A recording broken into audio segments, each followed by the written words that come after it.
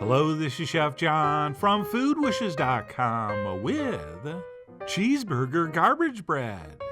That's right, we used to call these things Stromboli, but apparently that didn't sound appetizing enough, so they changed the name to garbage bread.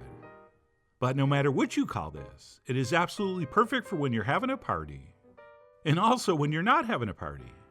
And to get started, we will add some sliced up bacon to a cold dry pan, and then we'll set our heat to medium, and we will cook it until that fat renders out and our bacon gets nice and crispy. And a great visual clue to look for is when those pieces of bacon start to look foamy. Right, can you see all those little bubbles on the surface of the meat? That means just about all the fat is rendered out, and we're probably close to being done. And once we do decide our bacon's cooked long enough, we will pull that off the heat and pour it on a paper towel lined plate, and we will let that drain and set it aside until we need it later. But do not wipe out the pan, since we're going to put that back on medium-high heat, and we'll transfer in our diced onions, along with a nice big pinch of salt, and we will cook those stirring in that little bit of bacon fat for about 3 or 4 minutes, or until those onions soften up and start to take on a little bit of color. And I'm using red, but you use any color onion you want. And then what we'll do once our onions are looking a little something like this is stop and add 1 pound of ground beef. And once that's in there, we'll take the edge of our spatula, or in my case, spoonula, and we'll break that meat up into small crumbles, but not too tiny. We do want to preserve a little bit of burgery texture. And besides breaking the meat up, we're also letting it brown a little bit, which is going to help improve the flavor and the appearance. And while that's happening, we can go ahead and season this up with some kosher salt, some freshly ground black pepper, as well as 2 or 3 shakes of cayenne. And then we will finish up with a few dashes of Worcestershire sauce, and we'll stir that in. And since salt always draws out moisture, don't be surprised after adding that stuff that this mixture gets a little bit juicy looking. Right, that's totally normal and nothing to worry about, since all we need to do is continue to cook this until that moisture evaporates and our pan dries out.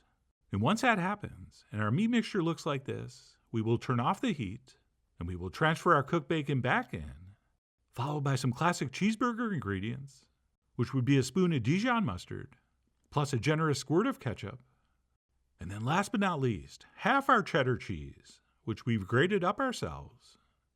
And with the heat off, we'll go ahead and stir everything together. And I'm using sharp cheddar here, because that's what I like on my cheeseburgers. But if you like a different cheese on yours, put whatever you want. I mean, you are, after all, the Chef Johnny Cash of this edible trash. Okay, Swiss, American, Monterey Jack would all be fine choices. And that's it. Once everything's been mixed in, we will let that cool down to room temp before we use it. Or if we're making it ahead, we can pop it in the fridge until we need it. Although this is a little harder to work with cold, and you'll have to crumble it up. But either way, once our filling's done, we'll move on to rolling out some pizza dough, which we'll do on a floured surface. And after pressing that out a little bit with our hands, we'll switch to a rolling pin, and we'll attempt to roll this out into a rectangle, or anything close to the shape of a rectangle, that's about 10 by 15 inches. And yes, this works perfectly with ready-to-use pizza dough from the store. Or if you want to make it from scratch, we have about 10 different videos for different versions. And the good news is, no matter which one you choose, it will work perfectly for this. Oh, and don't forget our rolling out pizza dough tip. If it's too elastic and it keeps shrinking back when you roll it, just let it rest for a few minutes in between rollings. And eventually it will relax, and you should be able to roll it out nice and thin. And as usual, once we get close to the size we want, we will stop rolling, and we will do the final shaping and stretching with our hands. And of course I could have got this into a perfect rectangle shape, but I wanted to demo that even if it's not perfect, it's going to work perfectly for this. And then once our pizza dough's been rectangled, we'll go ahead and transfer on our cooled filling, but we don't want to go all the way to the edge. So we'll leave about 1 inch to 1.5 inches on both ends and the side closest to us. And for the edge furthest away from us, we'll want to leave at least a few inches uncovered. And once we have that transferred on as evenly as possible, we will sprinkle over any of our other optional cheeseburger ingredients, which for me was some chopped up dill pickles, followed by a scattering of green onions. And then once that's on, we'll finish up with the other half of our cheese. And of course, jokes aside, the real reason this is called garbage bread is that it's usually made with stuff from the fridge that would otherwise end up in the garbage. So when you're making one of these, make sure you peek in the fridge, to see if there's anything else you might want to use. But regardless of what extras you end up putting on, once we're done with the filling and we've tidied things up, we'll take a little bit of water on the tips of our fingers and we will moisten that dough all the way along that far edge. And once we've done that, we'll take the excess dough on the sides and we'll fold that up over, since we're going to make every effort to prevent our filling from coming out the ends. And that's it. We can now start rolling this up from the bottom. And as we do this, we're concentrating on two things. Okay, we want to roll this up tightly without having to stretch the dough. Otherwise, it's going to get too thin and basically dissolve. And then the other thing, as we roll, we want to make sure that dough on the sides is staying sealed. So like I said, we don't have any filling coming out. And once we get close to where we're trying to get, it's always good to stop and stretch that dough out with your fingers so that we're able to get a nice secure seal. And of course, we always want to end up with a seam on the bottom. And then once that's been accomplished, we'll go ahead and clean off our surface so we don't get too much flour on the bottom of our pan. And then we will very slowly and carefully transfer that onto the sheet pan, which as you can see has been lined with parchment.